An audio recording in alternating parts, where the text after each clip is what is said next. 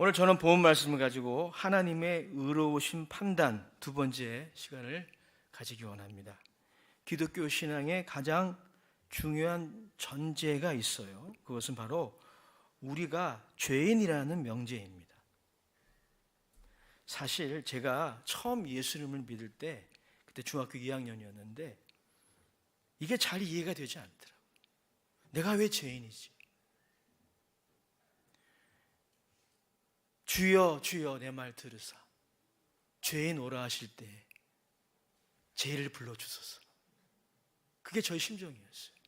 내가 죄인이라는 게 공감이 되지 않았습니다. 실제로 사람들 대부분은 선량한 시민으로 이 사회를 살아갑니다. 최근에 출소한, 그래서 의정부에 살게 된다 그러더라고요. 김아무개 씨처럼 사는 사람은 그렇게 많지 않습니다. 우리들 대부분은 꼬박꼬박 세금을 내고 교통법규를 준수하고 남에게 해를 주는 일을 하기를 꺼려합니다. 그런데 이런 우리들이 죄인이라고요? 그래서 하나님의 심판의 대상이라고요? 이 부분은 잘 공감하기 힘든 부분임에 분명합니다. 그런데 만약 이 부분이 공감하기 힘들게 되면 굳이 우리가 우리를 의롭다 하시는 하나님의 은혜를 필요로 하는지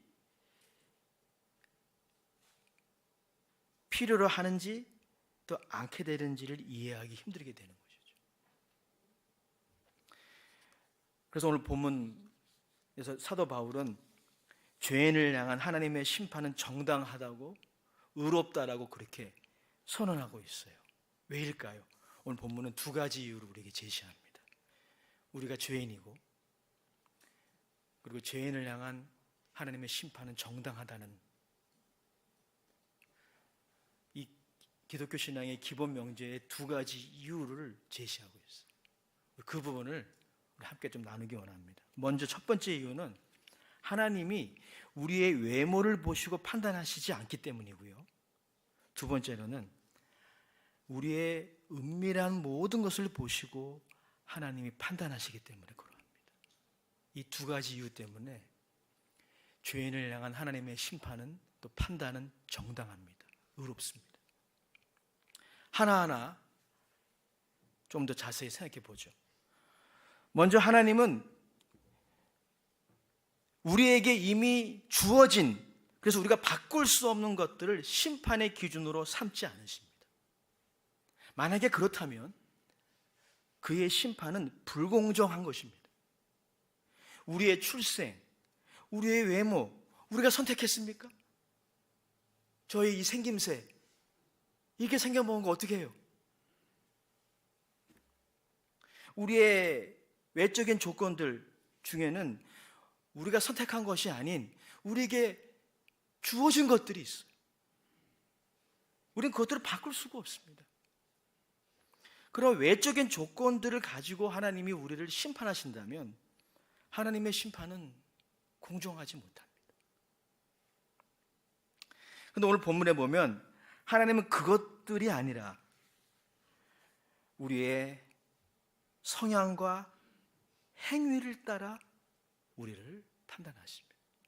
오늘 본문이 우리에게 그것을 증거하고 있어요. 로마서 2장 11절 말씀 같이 읽어보겠습니다. 시작. 이는 하나님께서 외모로 사람을 취하지 아니하십니다. 비염 때문에 마스크 쓰겠습니다. 즉 여러분, 하나님은 우리가 무엇을 사랑하고 어떤 행위를 하는지를 기준으로 해서 우리를 심판하신다는 것입니다. 오늘 본문 7절에서 10절 말씀도 그 부분을 증거하고 있어요. 우리 좀 아까 읽었지만 다시 한번 쭉 읽어보겠습니다. 시작. 참고 선을 행하여 영광과 존귀와 썩지 아니함을 구하는 자에게는 영생으로 하시고 오직 당을 지어 진리를 따르지 아니하고 불의를 따르는 자에게는 진노와 분노로 하시리라. 악을 행하는 각 사람의 영에는 환난과 곤고가 있으리니 먼저는 유대인에게요 그리고 헬라인에게며 선을 행하는 각 사람에게는 영광과 존귀와 평강이 있으리니 먼저는 유대인에게요, 그리고 헬라인에게로다. 여러분, 우리가 무엇을 사랑하고 어떤 행위를 하는지가 하나님의 심판에 근거하는 것입니다. 우리가 무엇을 사랑하고 어떤 행위를 하는지는 우리 자신의 주체적인 선택의 결과예요. 이것은 바꿀 수가 있습니다. 그리고 그것의 결과도 달라집니다. 오늘 본문에 의하면 누군가는 그 주체적인 선택의 결과로 영생을 얻게 될 것이고, 누군가는 그 결과로 하나님의 영원한 진노를 사게 될 것입니다. 누군가는 그 결과로 곤고와 환난을 그 영혼에 경험하게 될 것이고, 누군가는 그 결과로 평안과 위로를 경험하게 될 것이다. 그 차이를 무엇이 만들어냅니까? 우리에게 이미 주어진 것이 만들어내는 것이 아니라 우리가 선택한 것이 만들어내는 거예요.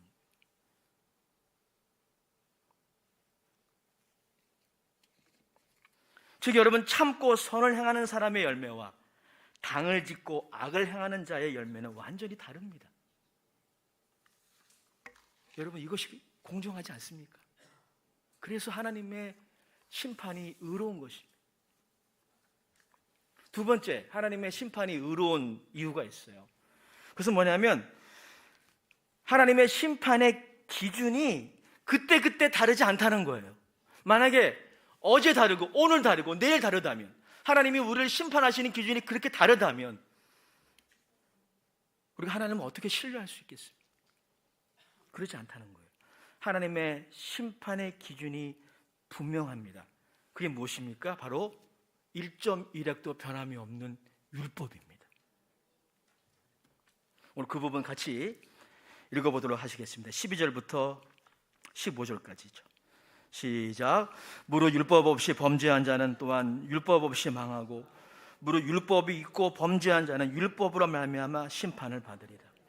하나님 앞에서는 율법을 듣는 자가 의인이 아니요 오직 율법을 행하는 자라야 의롭다 하심을 얻으리니, 율법 없는 이방인이 본성으로 율법의 일을 행할 때에는 이 사람의 율법이 없어도 자기가 자기에게 율법이 되나니, 이런 이들은 그 양심이 증거가 되어 그 생각들이 서로 혹은 고발하며 혹은 변명하여 그 마음에 새긴 율법의 행위를 나타내느니라.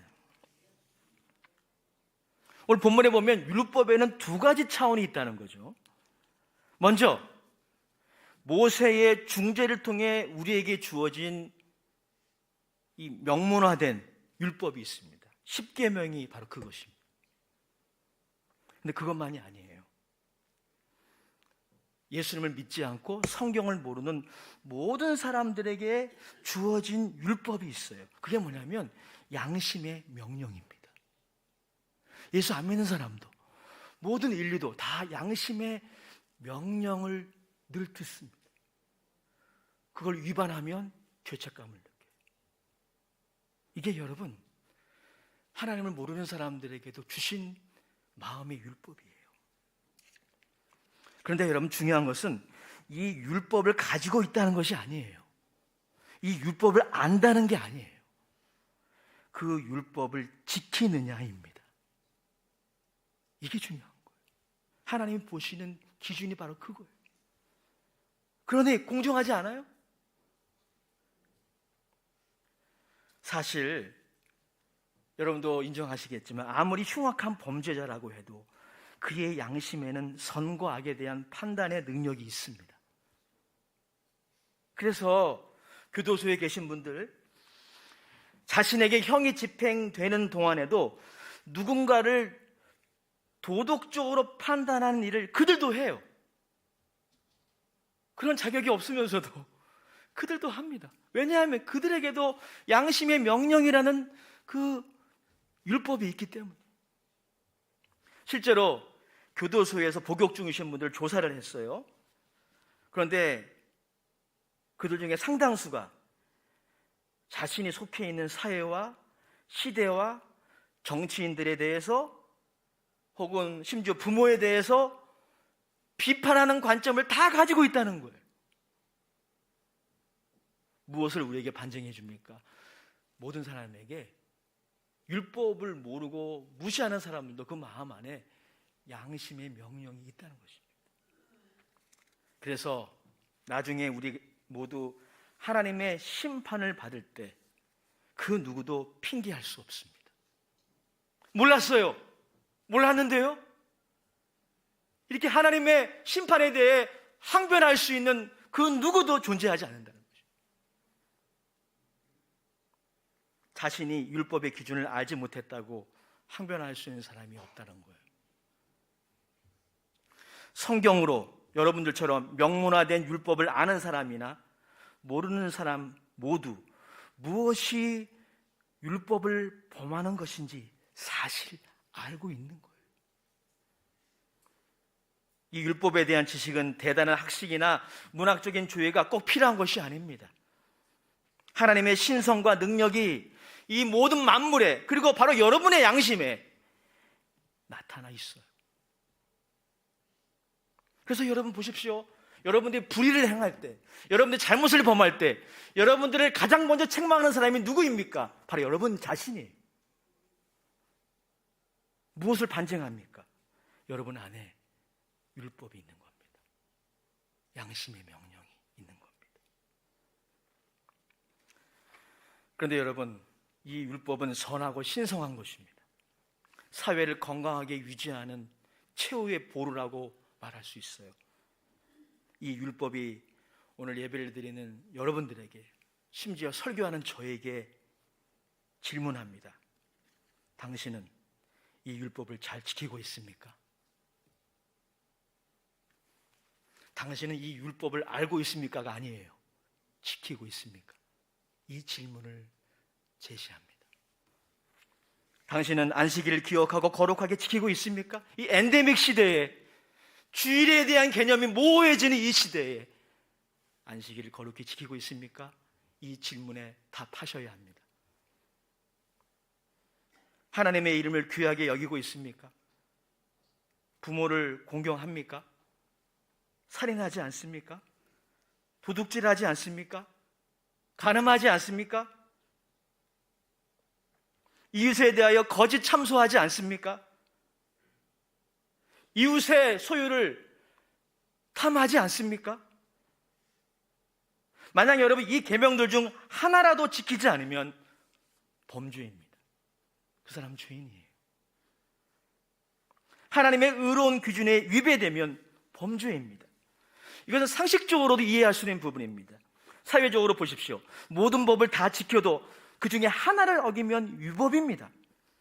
요즘에 많은 국무위원 후보자들이 국회 인사청문회를 통과해야 합니다. 점점 더 기준이 까다로워지고 있잖아요. 좋은 현상이라고 좀 봐요. 어떤 국무위원 후보가 있는데 그가 논문을 표절하지는 않았어요. 하지만 음주운전을 했어요. 위법입니다.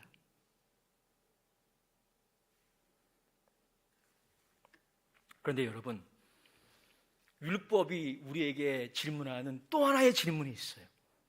이렇게 외적인 행동으로 율법을 지켰느냐 어겼느냐의 질문을 넘어서 더 중요한 질문을 우리에게 지금 던집니다. 제시합니다.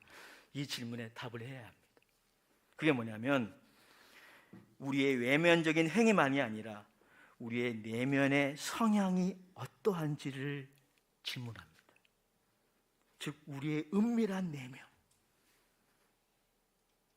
율법은 여러분들에게 이렇게 질문할 것입니다. 여러분의 은밀한 마음의 성소에서는 도대체 어떤 일이 일어나고 있습니까? 이 질문을 율법은 합니다. 답을 해야 합니다. 종교개혁자 마틴 루터는 로마서 주석 서문에서 우리들에게 탁월한 분석을 제시하고 있는데 저는 굉장히 성경적인 분석이라 믿습니다.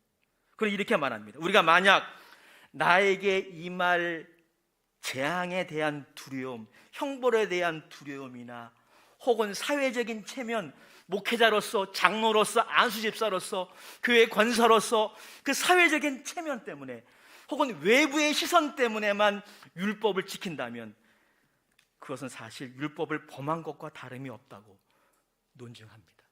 성경적이에요. 여러분, 예수님께서 산상수훈에서 가르쳐 준 도덕률도 같은 건 아닙니까? 누가 가늠한 자입니까? 행위로 가늠을 범한 사람만 가늠한 사람입니까? 여자를 보고 혹은 남자를 보고 음욕을 품는 자마다 이미 가늠하였느니라 말씀하셨어요. 그게 바로 은밀한 부분입니다. 우리의 은밀한 마음의 성소에서 일어나고 있는 일들이에요. 율법은 거기까지 질문합니다. 왜 이것이 성경적인 논쟁입니까? 이렇게 여러분, 율법을 범함으로 말미암아 나에게 혹시 임하게 될 그런 재화에 대한 두려움으로 그것이 동기가 되어서 그것 때문에만 율법을 지키는 사람들은 두려움에 해소되고 사람들에게 숨길 수 있고 사회적인 체면도 적당히 유지할 수 있다면 율법을 언제든지 범할 수 있습니다. 그래서 저는 저 스스로에게 질문합니다. 여러분에게 다시 질문합니다. 율법이 그렇게 여러분들에게 질문해요. 당신은 중심으로 형제를 용서하고 있습니까? 중심으로. 율법은 이 질문을 여러분에게 던집니다. 당신은 마음으로 음욕을 품지 않습니까? 당신은 하나님을 마음으로 즐거워함으로 주의를 성수합니까? 이 질문을 율법은 우리에게 제시합니다. 그러나 무엇보다도 여러 질문 중에서 이 질문이 율법이 우리에게 던지는 중요한 질문이에요. 당신은 그 어떤 대상, 어떤 사람보다 하나님을 사랑합니까? 당신의 부, 당신의 스펙, 당신의 자녀, 공동체의 인정, 연애 감정, 카페인, 맛집 음식, 핸드폰, SNS의 팔로워 숫자, 축구, 골프 등등 너무 많아요. 이런 것들보다 하나님을 사랑합니까? 율법은 이 질문을 합니다. 여러분, 의료기구 중에 MRI라는 장비 아실 것입니다. 자기 공명으로 자기장을 통해서 우리 몸의 질병을 이렇게 추적하는 그런 장치이죠. 매우 중요한 그리고 유용한 의료 장비입니다. 그러나 이 MRI 장비는 인간의 은밀한 마음의 꿍꿍이는 스캔을 못해요. 그러나 하나님은 하십니다. 우리의 성향과 우리의 숨은 동기와 의향을 누가 합니까? 옆 사람도 몰라요. 사랑하는 아내도 모르고 남편도 모릅니다. 자녀는 물론 모르죠. 누가 합니까? 하나님은 다 아십니다. 저는 설교를 준비하면서 저 자신을 다시 돌아보게 되었습니다. 이 관점에서 보면 저는 시편 40편의 다윗의 고백이 저의 고백이라고 여러분들에게 솔직히 시인하고 싶어요. 제가 목사고 설교자고 여러분들에게 복음을 전한다라고 이 자리에 서 있지만 이 하나님의 스캔 장비를 통해서 싹 스캔을 해보니까 저의 은밀한 그 내면까지 스캔을 해보니까 시편 40편의 다윗의 고백이 기억납니다. 시편 40편 12절에 이렇게 말씀하고 있어요. 수많은 재앙이 나를 둘러싸고 나의 죄악이 나를 덮침으로 우러러 볼 수도 없으며 죄가 나의 머리털보다 많음으로 내가 낙심하였음이니이다. 죄가 나의 머리털보다 많다. 여러분, 다윗이 그래도 괜찮은 그리스도인 아니었습니까? 그리스도인 아니었겠지만 괜찮은 하나님의 사람이었어요. 다윗이 이런 고백을 왜 했을까요? 하나님이 스캔하신 겁니다. 하나님이 자신의 내면의 그 은밀한 성소에서 일어나는 것까지 스캔하심을 그가 경험한 거예요. 여러분, 어두운 방 안에 먼지가 가득해요. 하지만 빛이 들어오지 않으면 먼지가 있는지 감각이 없습니다. 그러나 그 방 안에 빛이 들어오면 그 방안이 얼마나 지저분했던지, 얼마나 먼지가 많았던지 깨닫게 되는 것입니다. 사실 그런 관점에서 보면 죄를 짓기에 죄인이기도 하지만 또한 죄인이기에 죄를 짓는다고 말하는 것이 더 옳습니다. 그만큼 우리 모두는 죄로 오염되어 있습니다. 우리의 본성은 부패해 있습니다. 그리고 이러한 오염되고 부패한 본성과 행위에 대한 하나님의 심판은 온전히 합당합니다. 다만 청교도 신학자 요나단 에드워드가 말한 것처럼 하나님의 은혜로 그 심판이 잠시 유보된 것뿐이에요. 책을 하나 가지고 왔어요. 진노한 하나님의 손에 붙들린 죄인들이라는 요나단 에드워드의 설교집입니다. 한 번쯤은 여러분들이 읽어보셨으면 하는 책이에요. 이 책의 32페이지에 보면 이렇게 우리가 하나님의 정당한 심판을 받아야 마땅함에도 불구하고 어떻게 이렇게 시퍼렇게 살아있는지, 어떻게 이렇게 설교를 하고 있고 찬양을 하고 있고 이렇게 예배 자리에 앉아 있는지, 남녀노소 빈부귀천 가리지 않고 그게 가능한지 그 이유가 나와요. 읽어드리겠습니다. 여러분이 자신의 생활 방식을 얼마나 많이 고쳤든, 종교적인 열정을 얼마나 많이 갖고 있든, 가정이나 밀실에서 경건의 시간을 얼마나 많이 가지든 그런 것들은 아무런 상관이 없습니다. 지금 이 순간 하나님의 집에 있는 여러분들이 영벌을 받지 않는 이유가 있다면 그것은 오직 하나님의 전적인 뜻이 여러분을 붙들고 있기 때문입니다. 아마 지금은 제가 말하고 있는 이 진리가 잘 믿어지지 않으시겠지만 시간이 흐를수록 점점 더 온전히 믿게 되실 것입니다. 사랑하는 여러분, 죄는 이처럼 율법을 거스르는 것입니다. 그리고 그것은 하나님의 의의 기준을 범하는 것이며 그것에 대한 하나님의 반응, 그것은 그의 의로운 심판입니다. 그래서 오늘 결론적으로 우리들에게 경건한 현타가 필요합니다. 현타가 뭔지 아세요? 요즘 젊은이들이 쓰는 용어잖아요. 현실 타겟. 현실을 직시하게 되는 거예요. 우리 모두 하나님의 은혜로 현타가 오게 될 때 우리가 하나님 앞에서 죄인임을 정녕 깨닫게 됩니다. 목회자가 죄인이라고 얘기하니까 그냥 비상적으로 이해하는 것이 아니라 정녕 하나님 앞에 죄인임을 깨닫게 되죠. 그때 나의 자기의 그리고 그것에 근거한 나의 도덕적인 판단이 얼마나 무용한지, 그것이 나를 결코 살릴 수 없음을 깨닫게 됩니다. 그때 하나님이 우리를 스캔하실 때, 여러분 예배 시간은 따라갑시다. 예배 시간은 스캔 시간입니다. 스캔하는 시간, 스캔하면서 치료해 주시. 이렇게 하나님이 스캔하실 때 오직 우리는 우리를 향하신 하나님의 긍휼과 은혜만이, 우리를 붙드시는 그 하나님의 주권만이 우리의 사는 기름을 깨닫게 됩니다. 우리는 이 찬양을 그때 다시 부르게 됩니다. 찬송가 188장 통합 찬송가 다 같이 하십시다. 빈손 들고, 빈손 들고 앞에 가 십자가를 붙드네.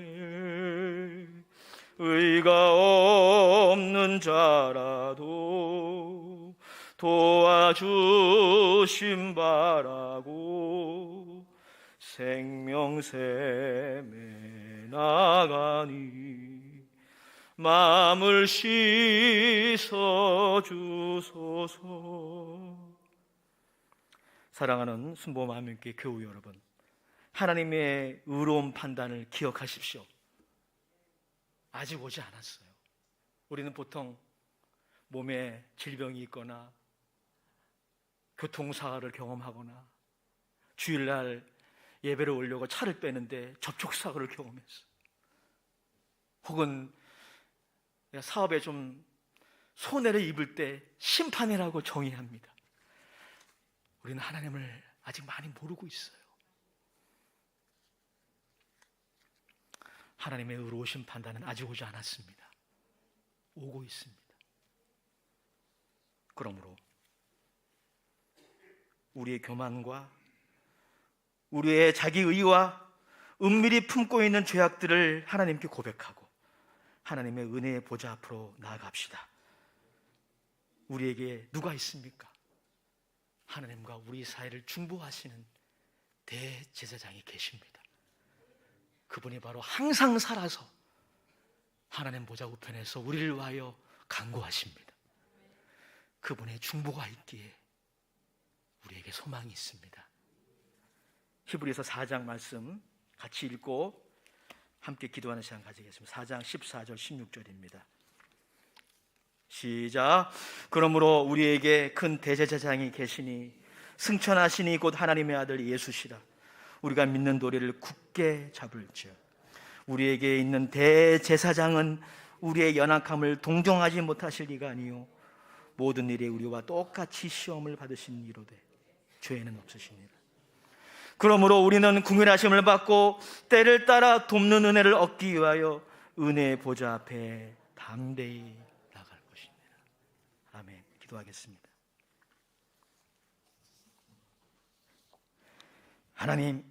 하나님과 우리 사이에 대제사장이신 예수 그리스도가 아니면 우리는 소망 없는 죄인임을 같이 나누었습니다. 주여 주여 날 부르사 죄인 오라 하실 때에 날 부르소서. 이 찬양과 이 고백이 우리의 고백이 되게 하옵소서.